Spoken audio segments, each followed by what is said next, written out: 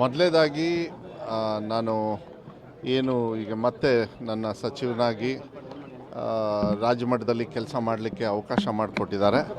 ಅದಕ್ಕೆ ನಾನು ವಿಶೇಷವಾಗಿ ಎಲ್ಲ ನಮ್ಮ ವರಿಷ್ಠರಿಗೆ ಡೆಲ್ಲಿಯಲ್ಲಿರ್ತಕ್ಕಂಥವ್ರು ಇರ್ಬೋದು ಮತ್ತು ಎಲ್ಲರಿಗೂ ಕೂಡ ಅದರಲ್ಲಿ ವಿಶೇಷವಾಗಿ ಇಷ್ಟು ದಿವಸ ನನಗೆ ಸಿದ್ದರಾಮಯ್ಯ ಸಾಹೇಬರು ಅವ್ರ ಮಂತ್ರಿಮಂಡಲದಲ್ಲಿ ಒಂದು ಭಾಳ ದೊಡ್ಡ ಇಲಾಖೆಯನ್ನು ಕೊಟ್ಟು ನನಗೆ ಒಳ್ಳೆಯ ಕೆಲಸವನ್ನು ನಿರ್ವಹಣೆ ಮಾಡೋದಕ್ಕೆ ಅವಕಾಶ ಮಾಡಿಕೊಟ್ಟಿದ್ದಾರೆ. ಮತ್ತು ಅದೇ ರೀತಿ ಸನ್ಮಾನ್ಯ ಡಿ ಕೆ ಶಿವಕುಮಾರ್ ಸಾಹೇಬರು, ಯಾಕೆಂದರೆ ಡಿ ಕೆ ಶಿವಕುಮಾರ್ ಸಾಹೇಬರು ಅಂದರೆ ನಮಗೆ ಒಂದು ಸ್ವಲ್ಪ ಅಣ್ಣನ ಸಮಾನ. ಅದು ಮುಂಚೆಯಿಂದನೂ ಕೂಡ ಶಿವಮೊಗ್ಗಕ್ಕೆ ಅವರಿಗೆ ಬಾಂಧವ್ಯ ಏನು ಅಂದರೆ ಬಂಗಾರಪ್ಪಾಜಿಯವರಿಗೆ ಅವರಿಗೆ ಇರ್ತಕ್ಕಂಥ ಬಾಂಧವ್ಯ. ಆ ವಿಶ್ವಾಸವನ್ನು ಇವತ್ತು ಅವರಡಿಗೂ ಕೂಡ ನಾವು ಕೆಲಸ ಮಾಡಲಿಕ್ಕೆ ಇವತ್ತು ಮಾನ್ಯ ಮುಖ್ಯಮಂತ್ರಿಗಳಾಗಿರ್ತಕ್ಕಂಥ ಡಿ ಕೆ ಶಿವಕುಮಾರ್ ಸಾಹೇಬರು ನನಗೆ ಮಾಡಿಕೊಟ್ಟಿದ್ದಾರೆ. ಮತ್ತು ನಾನು ವಿಶೇಷವಾಗಿ ಶಿವಮೊಗ್ಗ ಜಿಲ್ಲೆಯ ಎಲ್ಲ ನಮ್ಮ ಅಧ್ಯಕ್ಷರಿಂದ ಹಿಡಿದು ಎಲ್ಲ ನಮ್ಮ ಮುಖಂಡರಿಗೆ ನಾನು ಧನ್ಯವಾದಗಳನ್ನು ಹೇಳಲಿಕ್ಕೆ ಇಷ್ಟಪಡ್ತೀನಿ. ಈ 3 ವರ್ಷದೊಳಗೆ ಸಾಕಷ್ಟು ಕೆಲಸ ಕಾರ್ಯಗಳನ್ನು ನಾವೆಲ್ಲರೂ ಕೂಡ ಒಗ್ಗಟ್ಟಾಗಿ ಪಕ್ಷದ ಸಂಘಟನೆ ಒಂದು ಭಾಗ ಆದರೆ ಕೆಲಸದಲ್ಲೂ ಕೂಡ ಅವರಿಗೆ ಸಹಕಾರವನ್ನು ಮಾಡ್ತಕ್ಕಂಥದ್ದು, ನನಗೆ ಮಾರ್ಗದರ್ಶನವನ್ನು ಕೂಡ ಸಾಕಷ್ಟು ಜನರು ಕೊಟ್ಟಿದ್ದಾರೆ. ನಾನು ನನ್ನ ಸೊರಬ ಕ್ಷೇತ್ರದ ಜನರಿಗೆ ನಾನು ಧನ್ಯವಾದಗಳನ್ನು ಹೇಳಬೇಕು. ಯಾಕೆಂದರೆ ಅವ್ರಿಗೆ ನಮ್ಮನ್ನು ವಿಧಾನಸಭೆಗೆ ಕಳಿಸ್ಲಿಲ್ಲ ಅಂದರೆ ಈ ಅವಕಾಶಗಳು ಸಿಗೋದಿಲ್ಲ. ನಾನು ಅದಕ್ಕೆ ಭಾಳ ಸಂತೋಷ ಆಗುತ್ತೆ. ಮತ್ತೆ ನನ್ನ ಮೇಲೆ ವಿಶ್ವಾಸ ಇಟ್ಟಿದ್ದಾರೆ.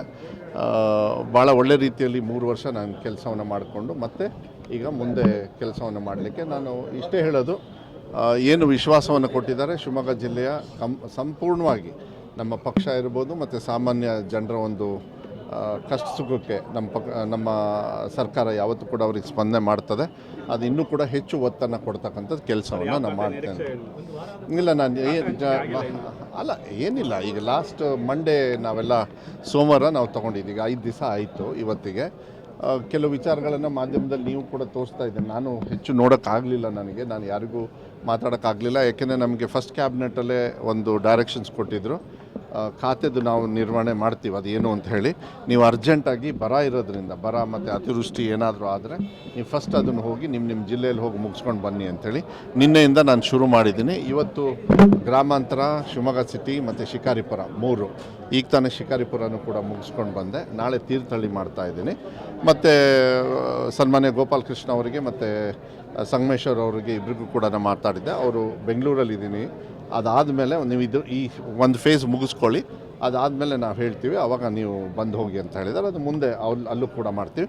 ಬಟ್ ನಮಗೆ ಡೈರೆಕ್ಷನ್ಸ್ ಏನಂದರೆ ಎಲ್ಲೆಲ್ಲಿ ಅತಿವೃಷ್ಟಿ ಆಗಿದೆ, ಹಾನಿಯಾಗಿದೆ ಮತ್ತು ಕುಡಿಯೋ ನೀರು ಇರ್ಬೋದು, ಏನು ಬರ ಸಂದರ್ಭದಲ್ಲಿ ಮತ್ತು ಇಂಥ ಸಂದರ್ಭದಲ್ಲಿ ನನ್ನ ಕರ್ತವ್ಯ ಏನಿದೆ ಅದನ್ನು ಮಾಡ್ಕೊಂಡು ಹೋಗ್ತಕ್ಕಂಥ ಕೆಲಸನ ನಾನು ಯಾವುದೇ ಖಾತೆ ನಾನು ವೈಯಕ್ತಿಕವಾಗಿ ಮುಂಚೆನೂ ಕೇಳಿರಲಿಲ್ಲ. ಬಟ್ ಭಾಳ ದೊಡ್ಡ ಇಲಾಖೆಯನ್ನು ಕೊಟ್ಟಿದ್ದರು.